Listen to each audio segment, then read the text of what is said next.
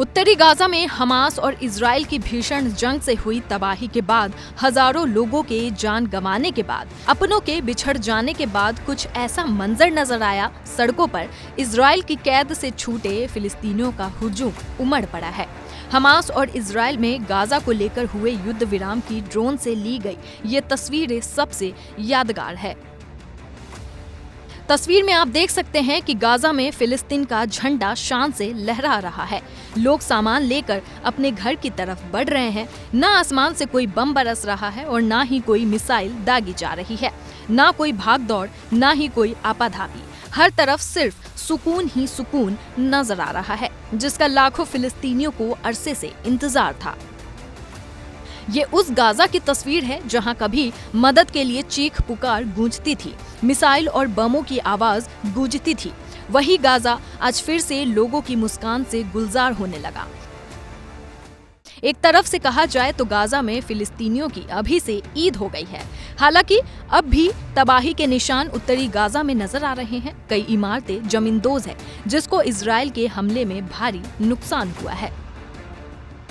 वहीं इजराइल की कैद से रिहा होने के बाद गाजा में जश्न के बाद कुछ तस्वीरें भी सोशल मीडिया पर वायरल हो रही है। उसमें साफ नजर आ रहा है कि हजारों की संख्या में फिलिस्तीन जब अपने घर लौटे तो खुशी से झूम उठे।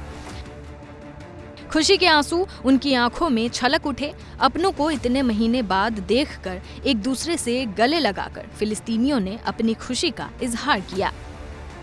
दरअसल इजराइल ने रविवार को ऐलान किया कि गाजा में हमास के साथ युद्ध विराम और बंधक समझौते पर विवाद सुलझ गया है, जिसके बाद गाजा में उत्तर की ओर जाने वाली मुख्य सड़कों पर हजारों की संख्या में फिलिस्तीनी नागरिकों की भीड़ नजर आई।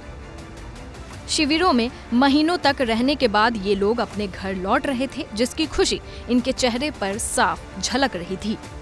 बता दें कि करीब 15 महीने के लंबे युद्ध के बाद हमास और इजराइल के बीच युद्ध विराम पर समझौता हुआ है। युद्ध विराम समझौते की शर्तों के तहत इजरायली सेनाओं ने इनक्लेव में मैन कॉरिडोर से हटना शुरू कर दिया है, जिसके बाद अब फिलिस्तीनी अपने घरों की तरफ वापसी कर रहे हैं।